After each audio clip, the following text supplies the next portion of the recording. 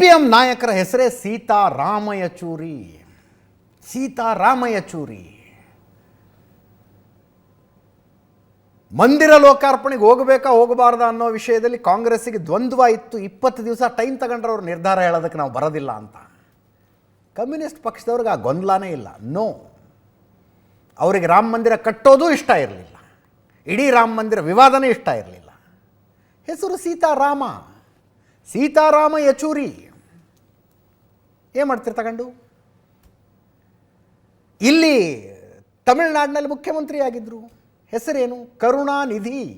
ರಾಮನ ಇನ್ನೊಂದು ಹೆಸರದು. ಕರುಣಾನಿಧಿ ಅನ್ನುವಂಥದ್ದು ರಾಮನ ಇನ್ನೊಂದು ಹೆಸರು. ರಾಮ ಸೇತು, ನಾನು ಮೊನ್ನೆ ಹೇಳಿದೆ ನಿಮಗೆ, ಅಂದರೆ ಈ ಅರಬ್ ದೇಶಗಳಿಂದ, ಆಫ್ರಿಕಾ ದೇಶಗಳಿಂದ ಹಡಗುಗಳು ಚೈನಾ ಕಡೆ ಹೋಗಬೇಕು ಅಂದರೆ ಇಡೀ ಶ್ರೀಲಂಕಾನ ಸುತ್ತಾಕೊಂಡು ಹೋಗಬೇಕು.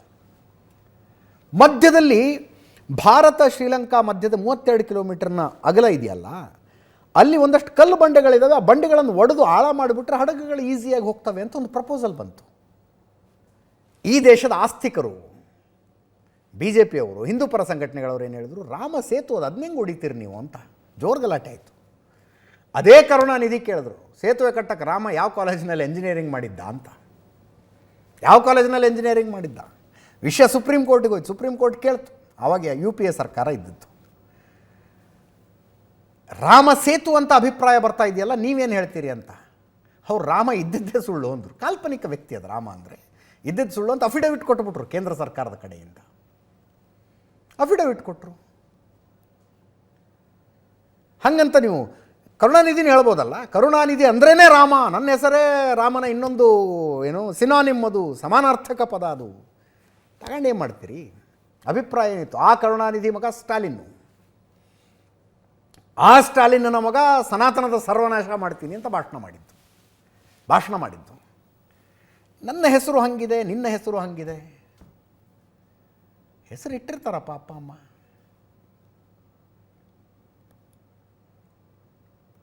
ಈ ಹೆಸರು ಅದು ಹೆಂಗೆ ಸಮರ್ಥನೆ ಆಗುತ್ತೋ ನನಗೆ ಗೊತ್ತಾಗೋದಿಲ್ಲ. ಈಗ ನಿಮ್ಮ ಮೈತ್ರಿಕೂಟದ ಭಾಗವಾಗಿರುವಂಥ DMKಯ ನಾಯಕ, he is a minister in that government, ಕ್ರೀಡಾ ಸಚಿವ ಉದಯನಿಧಿ ಸ್ಟಾಲಿನ್ ಸನಾತನದ ಸರ್ವನಾಶ ಮಾಡ್ತೀನಿ ಅಂದರೆ ವಾಟ್ ವಾಸ್ ಯುವರ್ ಒಪಿನಿಯನ್? ಏನು ಹೇಳಿದ್ರಿ?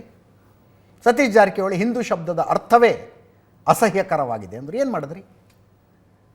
ಮತ್ತು ಜಾತ್ಯತೀತತೆ ಅಂತ ಮಾತಾಡೋದು.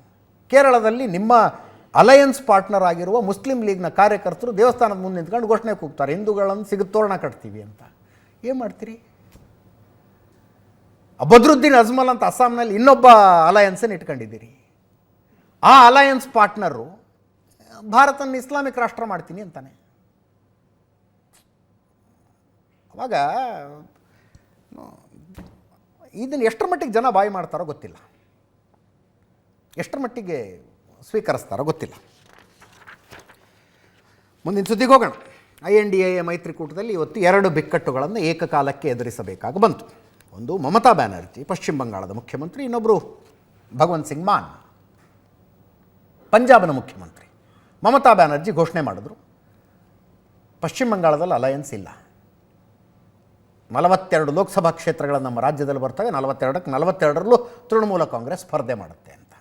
And for me this is not a surprise. ಯಾಕಂದರೆ ಪಶ್ಚಿಮ ಬಂಗಾಳದಲ್ಲಿ ಮುಖ್ಯಮಂತ್ರಿ ಮಮತಾ ಬ್ಯಾನರ್ಜಿಯವರು ಮತ್ತು ಪಶ್ಚಿಮ ಬಂಗಾಳದಿಂದ ಲೋಕಸಭೆಗೆ ಆಯ್ಕೆಯಾಗಿ ಬಂದು ಲೋಕಸಭೆಯಲ್ಲಿ ವಿಪಕ್ಷ ನಾಯಕರಾಗಿರುವ ಅಧೀರ್ ರಂಜನ್ ಚೌಧರಿ ಅವರು ಕಳೆದ 2-3 ತಿಂಗಳಿಂದ ಕೊಡ್ತಾ ಇರುವ ಹೇಳಿಕೆಗಳನ್ನು ನೋಡ್ತಾ ಇದ್ದರೆ ಇದು ಯಾವತ್ತೋ ಒಂದು ದಿವಸ ಆಗದೆ ಅಂತಿತ್ತು.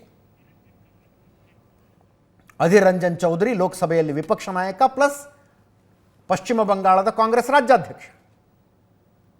ಇಬ್ಬರು ಹೇಳಿಕೆಗಳನ್ನು ಹಾಗೆ ಕೊಟ್ಕೊಂಡು ಬರ್ತಿದ್ರು. ಇವತ್ತು ಫೈನಲಿ ಮಮತಾ ಬ್ಯಾನರ್ಜಿ ಘೋಷಣೆ ಮಾಡಿದ್ರು ನೋ ಅಲಯನ್ಸ್ ಅಂತ. ಕಾಂಗ್ರೆಸ್ಸಿಗೆ 2 ಕ್ಷೇತ್ರಗಳಿದ್ದಾವೆ ಈಗ. ಅಂದರೆ 2 ಕ್ಷೇತ್ರಗಳಲ್ಲಿ ಕಾಂಗ್ರೆಸ್ನ ಸಂಸದರಿದ್ದಾರೆ. ಒಟ್ಟು 42 ಕ್ಷೇತ್ರ. 22ರಲ್ಲಿ ತೃಣಮೂಲ ಕಾಂಗ್ರೆಸ್ನವ್ರು ಗೆದ್ದಿದ್ದಾರೆ, 18ರಲ್ಲಿ BJP ಅವರು ಗೆದ್ದಿದ್ದಾರೆ, 2ರಲ್ಲಿ ಕಾಂಗ್ರೆಸ್ ಗೆದ್ದಿದೆ. ಮಮತಾ ಬ್ಯಾನರ್ಜಿ ಹೇಳೋದು 2 ಗೆದ್ದಿದ್ದೀರಿ, 2 ನಿಮ್ಮದು, ಉಳಿದ ಕ್ಷೇತ್ರಗಳಲ್ಲಿ ನಾವು ಸ್ಪರ್ಧೆ ಮಾಡ್ತೀವಿ ಅಂತ. ಕಾಂಗ್ರೆಸ್ನವರು 12 ಕೊಡಿ ನಮಗೆ ಅಂದರು. 12 ಕ್ಷೇತ್ರಗಳನ್ನು ನಮಗೆ ಬಿಟ್ಟು ಕೊಡಬೇಕು. ಫೈನಲಿ 10ಕ್ಕಿಂತ ಕಡಿಮೆ ಅಂತೂ ಆಗದೇ ಇಲ್ಲ ಅಂತ ಮಾತುಕತೆ ನಡೀಲೇ ಇಲ್ಲ. ಮಮತಾ ಬ್ಯಾನರ್ಜಿ ಹೇಳಿದರು, ನಾವೊಂದು ಪ್ರಪೋಸಲ್ ಕಳಿಸಿದ್ವಿ, ಆ ಪ್ರಪೋಸಲನ್ನು ಅವರು ನಿರಾಕರಿಸಿದ್ದಾರೆ, ಆದ್ದರಿಂದ ಎಲ್ಲ ಕ್ಷೇತ್ರಗಳಲ್ಲೂ ನಾವು ಸ್ಪರ್ಧೆ ಮಾಡ್ತೀವಿ ಅಂತ. ಪ್ರಪೋಸಲ್ ಎಷ್ಟು ಕ್ಷೇತ್ರಕ್ಕೆ ಕಳಿಸಿದ್ರಿ? ಅವರು ಕೇಳಿದ್ದೆಷ್ಟು? 12 ಕೇಳಿದ್ರು, 10 ಮಿನಿಮಮ್ ಕೊಡಲೇಬೇಕು ಅಂದರೆ ಇವೆಲ್ಲ ಮಾಧ್ಯಮದಲ್ಲಿ ಬರ್ತಾ ಇರುವ ಸುದ್ದಿ. ಮಮತಾ ಬ್ಯಾನರ್ಜಿ ಹೇಳಬೇಕಾಗಿತ್ತು, ನಾವು ಇಷ್ಟು ಕೊಡ್ತೀವಿ ಅಂದ್ವಿ, ಅವರು ಇಷ್ಟಕ್ಕಾಗೋದಿಲ್ಲ, ಅಷ್ಟು ಬೇಕು ಅಂತ ಕೇಳಿದ್ರು, ಆದ್ದರಿಂದ ಮೈತ್ರಿ ನಡೀತಾ ಇಲ್ಲ ಅಂತಾರು ಹೇಳಬೇಕು. ಹಾಗೇನು ಹೇಳಲಿಲ್ಲ ಅವರು. ನಾವು 42ಕ್ಕೆ 42 ಕ್ಷೇತ್ರಗಳಲ್ಲಿ ಸ್ಪರ್ಧೆ ಮಾಡ್ತೀವಿ ಅಂದ್ಬಿಟ್ರು. ಅದಕ್ಕೆ ಅಧೀರ್ ರಂಜನ್ ಚೌಧರಿ ಹೇಳ್ತಾರೆ, ಮೈತ್ರಿ ಆಗದೆ ಹೋದರೆ ಲಾಭ ಯಾರಿಗೆ? ನರೇಂದ್ರ ಮೋದಿಗೆ. ನರೇಂದ್ರ ಮೋದಿಗೆ ಹೆಲ್ಪ್ ಆಗಬೇಕು ಅಂತಲೇ ಮಮತಾ ಬ್ಯಾನರ್ಜಿ ಹಿಂಗೆ ಮಾಡ್ತಾ ಇದ್ದಾರೆ ಅಂತ ಅಧೀರ್ ರಂಜನ್ ಚೌಧರಿ ಸ್ಟೇಟ್ಮೆಂಟ್. ಕೇಳಿಸ್ಕೊಳ್ಳಿ ಒಂದು ಸಲ.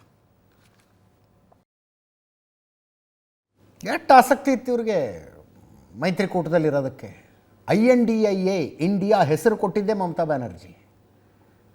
ಎಲ್ಲ ಮೀಟಿಂಗ್ನಲ್ಲೂ, ಹೆಚ್ಚು ಕಡಿಮೆ ಎಲ್ಲ ಮೀಟಿಂಗ್ನಲ್ಲೂ ಭಾಗವಹಿಸ್ತಿದ್ರು. ಬಟ್ ಲಾಸ್ಟ್ ಮೀಟಿಂಗ್ನಲ್ಲಿ ಮಲ್ಲಿಕಾರ್ಜುನ ಖರ್ಗೆ ಅವರು ಪ್ರೈಮ್ ಮಿನಿಸ್ಟ್ರಲ್ಲಿ ಕ್ಯಾಂಡಿಡೇಟ್ ಆಗಲಿ ಅಂತಂದ್ರು ನೋಡಿ, ಆವಾಗಲೇ ಎಲ್ರಿಗೂ ಅರ್ಥ ಆಗಿತ್ತು. ಯಾಕಂದರೆ ಕಾಂಗ್ರೆಸ್ ಜೊತೆ ಡಿಸ್ಕಸ್ಸೇ ಮಾಡಿರಲಿಲ್ಲ ಅವರು.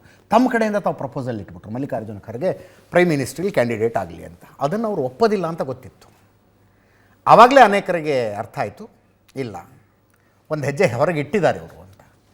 ಬಟ್ ಅಂದರೆ ಮಮತಾ ಬ್ಯಾನರ್ಜಿಗೆ ಆರಂಭದಿಂದಲೂ ಗೊತ್ತಿತ್ತು ಇದು ವರ್ಕೌಟ್ ಆಗೋದಿಲ್ಲ ಅಂತ. ಆದರೂ ಯಾಕಿದ್ರು?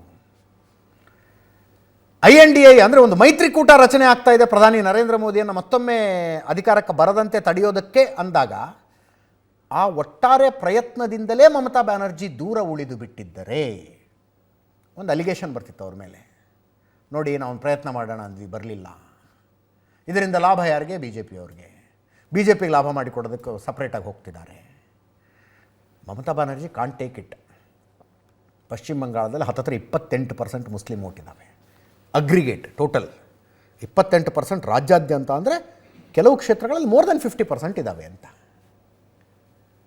ಆ ವಾತಾವರಣ ಎದ್ದು ಬಿಟ್ಟರೆ ವಿಭಜನೆ ಆಗ್ತವೆ ಮತಗಳು, ಆವಾಗ BJPಗೆ ಲಾಭ ಆಗುತ್ತೆ. ಅದಕ್ಕೆ ನಾವು ಇದ್ದೀವಿ ಅಂದರು, BJPನ ಸೋಲ್ಸೋಣ, ಮೋದಿನ ಸೋಲಿಸ್ಬೇಕು, ಎಲ್ಲ ಮಾಡಿಕೊಂಡು ಲಾಸ್ಟ್ ಮಿನಿಟಲ್ಲಿ ಭಗವಂತ್ ಮಾನ್ ಸಿಂಗ್ ಈಗ ಪಂಜಾಬ್ನಲ್ಲಿ 13 ಲೋಕಸಭಾ ಕ್ಷೇತ್ರ ಬರ್ತವೆ.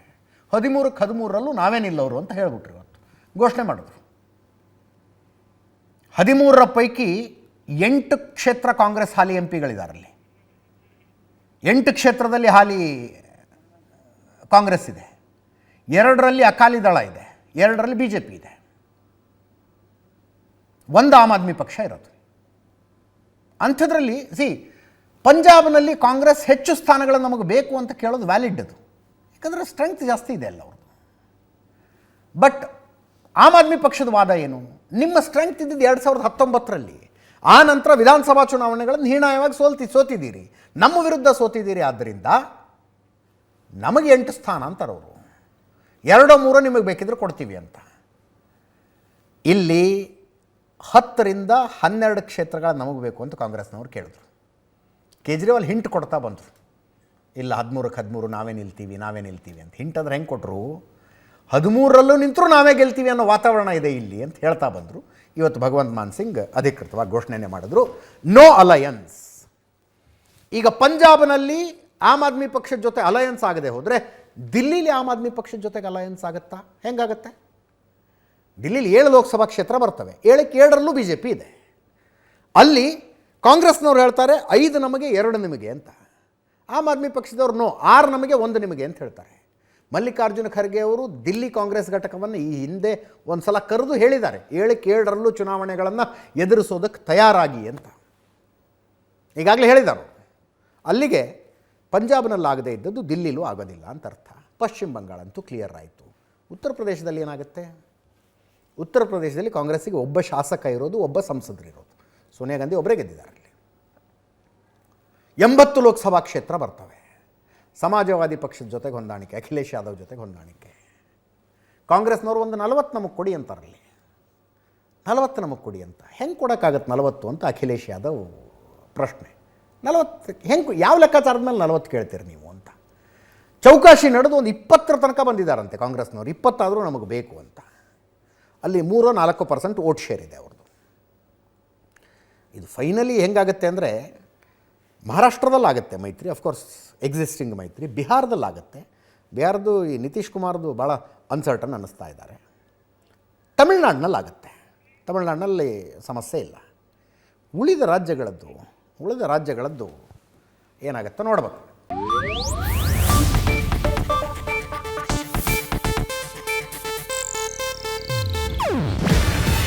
ಇದು ಏಷ್ಯಾನೆಟ್ ನ್ಯೂಸ್ ನೆಟ್ವರ್ಕ್ ಪ್ರಸ್ತುತಿ. ನೀವು ನೋಡ್ತಿದ್ದೀರಾ ಏಷ್ಯಾನೆಟ್ ಸುವರ್ಣ ನ್ಯೂಸ್.